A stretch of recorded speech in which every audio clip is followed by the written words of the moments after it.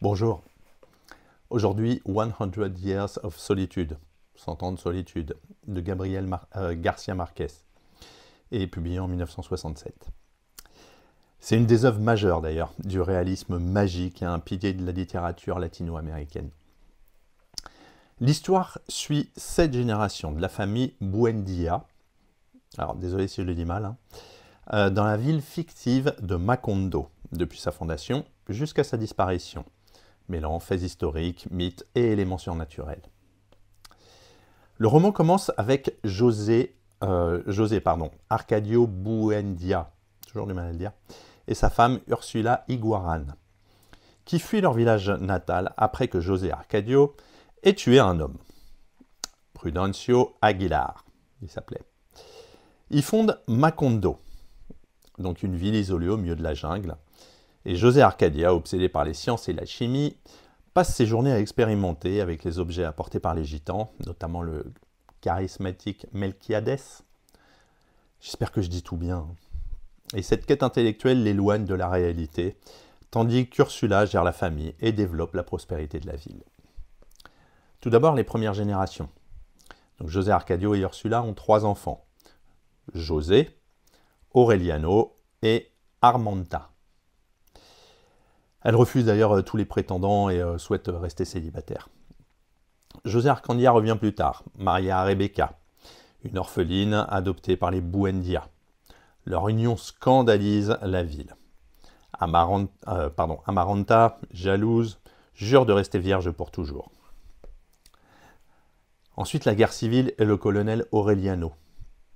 Aureliano Buendia devient le légendaire colonel Aureliano Buendia, figure de la guerre civile contre le gouvernement conservateur. Il mène 32 révolutions, toutes perdues, et survit à 14 attentats et à un peloton d'exécution. Malgré sa gloire, il finit désabusé, convaincu de l'inutilité des luttes politiques. Ensuite, il y a l'expansion et la décadence de Macondo. Macondo prospère, attirant de nouveaux habitants et commerçants.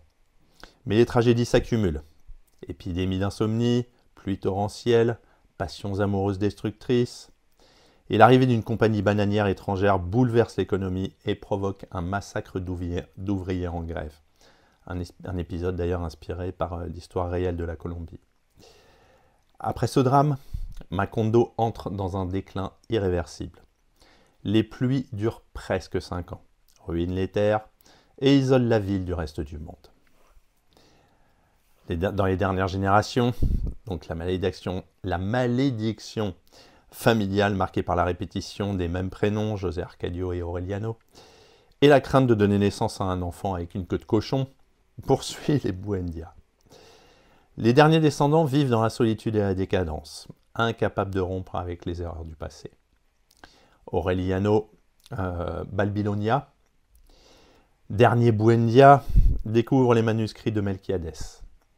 Il comprend que toute l'histoire de Macondo et de sa famille y est écrite, à l'avance, et que la prophétie se termine avec lui. À l'instant où il termine la lecture, un vent apocalyptique détruit la ville et efface toute trace des Buendia.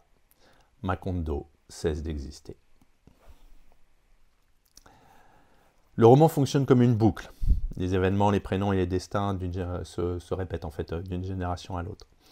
Ce motif cyclique traduit l'idée que l'histoire, personnelle ou collective d'ailleurs, tend à se répéter lorsque l'on ne tire pas les leçons du passé. Marquez mêle le fantastique et le quotidien sans distinction. Les ascensions au ciel les plus interminables, les fantômes et les prophéties cohabitent avec des descriptions réalistes de la vie rurale et des conflits politiques. Cela reflète la manière dont, dans de nombreuses cultures latino-américaines, le merveilleux fait partie intégrante de la perception du réel. Il y a donc 5 thèmes majeurs: la solitude, le destin, la fatalité, la mémoire et l'oubli, la politique et la corruption, et enfin la famille et la répétition.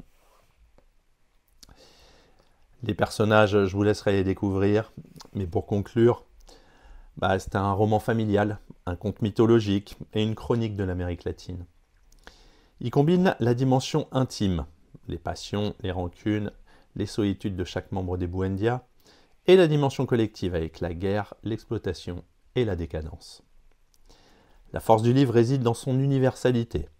Même si Macondo est profondément ancrée dans l'histoire colombienne, elle devient un symbole de toutes les sociétés humaines confrontées à la répétition des erreurs, à l'oubli du passé et à la tentation d'isolement.